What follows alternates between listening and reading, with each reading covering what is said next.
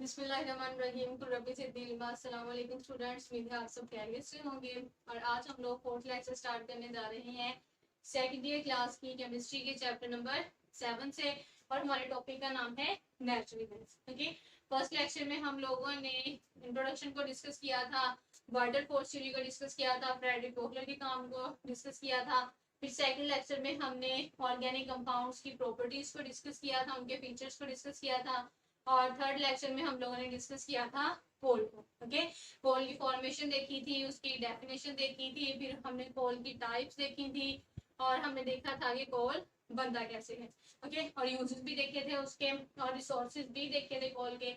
इसी तरह अब हम नेचुरल गैस को डिस्कस करने जा रहे हैं। छोटा सा टॉपिक है, जल्दी से कवर हो जाएगा।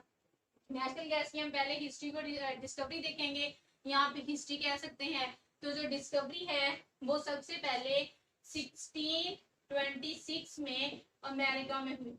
ओके, सबसे पहले जो नेचुरल गैस है वो कहाँ पे डिस्कवर की गई थी? ये अमेरिका में 1626 में डिस्कवर की गई थी। लेकिन पाकिस्तान की जो पाकिस्तान पेट्रोलियम लिमिटेड जो कंपनी है, उसने 1952 में, या आप कह सकते हैं 1955 में इसको डिस्कस किया था। ये 1952 या 1955 है। इसमें डिस्कवर किया था सुई गैस। सुई के मुकाम पे, बलोचिस्तान में सुई के मुकाम पे सुई गैस जो है उसको डिस्कवर किया गया। जो सुई गैस है वो भी नेचुरल गैस ही है। ओके, जो नेचुरल गैस है इसे हम ऑर्गेनिक मैटर के जो डिकम्पोजिशन है उससे हासिल करते हैं। ये है इसकी फॉर्मेशन। अब नेचुरल गैस होती क्या है, कहाँ पे हासिल किया गया था, डिस्कवर कहाँ पे किया गया था? सुई के मुकाम पे डिस्कवर किया था बलोचिस्तान में।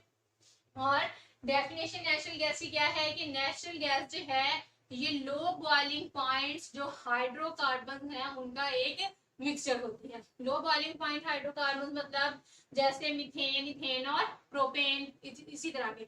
ज्यादा जो मेजर कंपोनेंट है नेचुरल गैस का वो है मीथेन। तकरीबन 80% जो नेचुरल गैस है वो मीथेन होती है।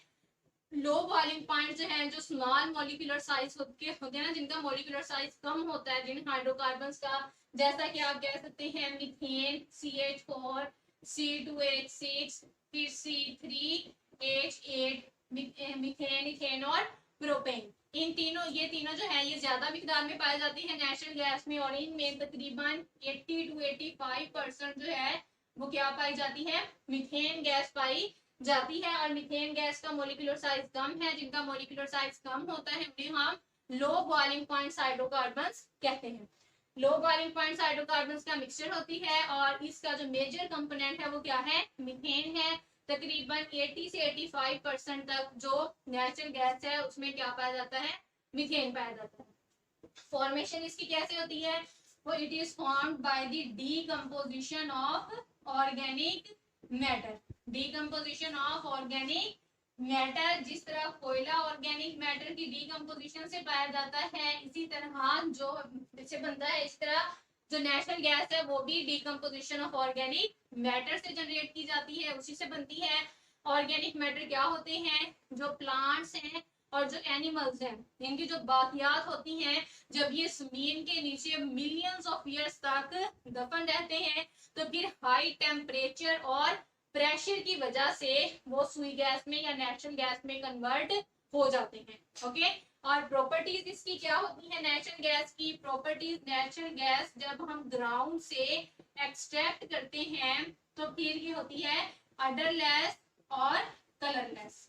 ठीक है, व्हेन एक्सट्रैक्टेड फ्रॉम ग्राउंड, या फिर जब हम जमीन में से नेचुरल गैस को, कुदरती गैस को निकालते हैं, तो ये अडरलेस होती है और कलरलेस होती है। ठीक है, और जो हम लोग गैस इस्तेमाल करते हैं, जो गैस घरों को प्रोवाइड की जाती है, वो फिर जो निकाली जाती है जमीन में से नेचुरल गैस, उसमें से इम्प्योरिटीज वगैरह को निकाल के उसे प्यूरिफाई करके फिर जो पाइपलाइंस होती हैं उनमें ऐड कर दी जाती है। ठीक है, उनको सप्लाई की जाती है, उनके जरिए से फिर वो घरों तक सप्लाई होती है। ठीक है, आ रही है समझ? और फिर यूजेस हैं। यूजेस क्या होते हैं नेचुरल गैस के? सबसे बड़ा जो फील्ड है यहाँ क्या, सबसे बड़ा नेचुरल गैस का जो फील्ड है वो है सुई गैस फील्ड। ठीक है, जो कि पाकिस्तान पेट्रोलियम लिमिटेड ने 1955 में डिस्कवर किया था। आ रही है समझ? और फिर यूजेस क्या होते हैं नेचुरल गैस के? नेचुरल गैस को इलेक्ट्रिसिटी जनरेट करने के लिए इस्तेमाल किया जाता है। किसकी जनरेशन में इस्तेमाल किया जाता है? इलेक्ट्रिसिटी। जो इलेक्ट्रिक सेक्टर है वो इस्तेमाल करता है इसको इलेक्ट्रिसिटी जनरेट करने में। और इसी तरह जो इंडस्ट्रियल सेक्टर होता है वो इसको फ्यूल के तौर पे इस्तेमाल करता है। फिर इसी तरह जो कमर्शियल सेक्टर होता है वो बिल्डिंग्स को और घरों को गर्म करने के लिए, खाने पकाने के लिए, कपड़ों को ड्राई करने के लिए इस्तेमाल करता है। इसी तरह जब हम जो डोमेस्टिक सेक्टर होता है जो घरों में हम इस्तेमाल करते हैं, घरों में भी हम किस लिए इस्तेमाल करते हैं? हम ज्यादातर खाना पकाने के लिए सुई गैस को इस्तेमाल करते हैं। फिर अपने घरों को हीटअप करने के लिए इस्तेमाल करते हैं।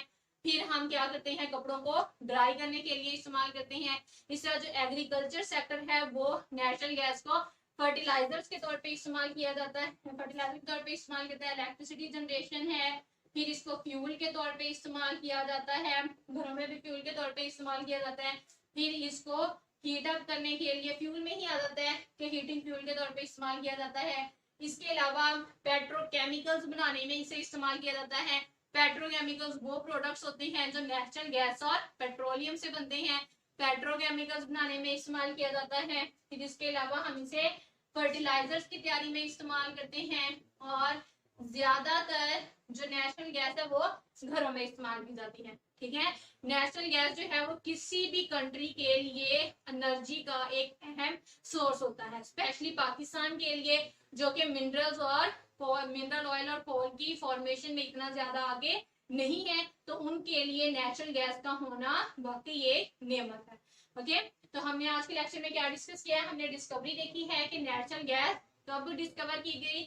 ये सबसे पहले अमेरिका में 1626 में डिस्कवर की गई और पाकिस्तान में पाकिस्तान पेट्रोलियम लिमिटेड ने 1955 में बलोचिस्तान में सुई के मकाम पे डिस्कवर किया था।